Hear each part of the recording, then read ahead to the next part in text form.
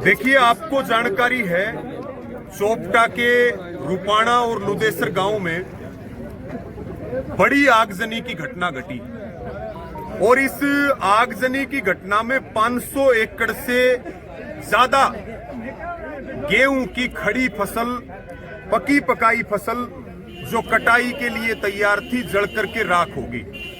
और इसके साथ में 50 से ज्यादा जो सोलर पंप के सेट किसानों ने लगा रखे थे वो जल गए। और किसान अपनी फसल बच्चों की तरह पालता है।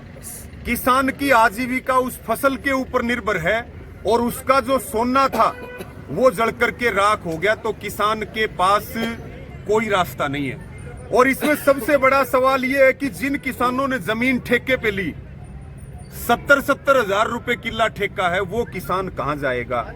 इसलिए हमारे साथियों ने संज्ञान लिया और मेरे साथ प्रकाश ममेरा जी खड़े हैं। इनकी अध्यक्षता में सभी पीड़ित किसानों से वहां मौके पर जाकर के मिले, रूपाणा में, लुदेसर में। और आज ये तय किया 1 दिवसीय ये धरना दे करके अभी हम डीसी साहब को ज्ञापन देने जा रहे हैं। और हमारी मांग इसमें यह है, सबसे पहले तो कि एक तो ये आगजनी की जो घटनाएं होती हैं और इससे फसल और दूसरे जो नुकसान होते हैं, इसके लिए सरकार एक कानून लेकर के आए और इन किसानों को, जो ये रूपाणा लुदेसर के किसान हैं, इनको प्रति एकड़ कम से कम 70 हजार रुपए मुआवजा तत्काल प्रभाव से दिया जाए। और जिन्होंने ठेके पे खेती कर रखी है उनको भी मुआवजा मिले और जो सोलर पंप के सेट जड़े हैं उनको भी मुआवजा मिले।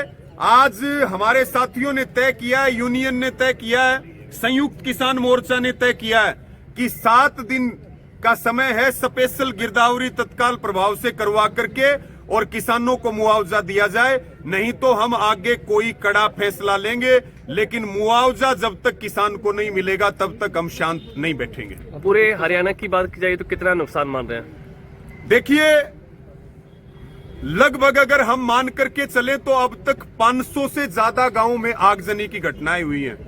टोहाना के समेण में 26 किलो में आग लगी, जींद के राजपुरा भेड़ में 80 किलो में आग लगी, यहाँ 500 से ज्यादा किलो में आग लगी। 500 से ज्यादा आगजनी की घटनाएं हुई हैं और इनमें लगभग जो है हम मान करके चले कि 3000 एकड़ के आसपास जो है वो कणक खेतों में जड़ी है। और आपके माध्यम से मैं ये भी कहना चाहूंगा, फायर ब्रिगेड की गाड़ी यहाँ रूपाणा में 2.5 घंटे बाद आती है। फायर ब्रिगेड भी कुंभकर्णी नींद में सोया हुआ है और अब तक कोई तसली बख्श कार्रवाई प्रशासन की तरफ से नहीं हुई है।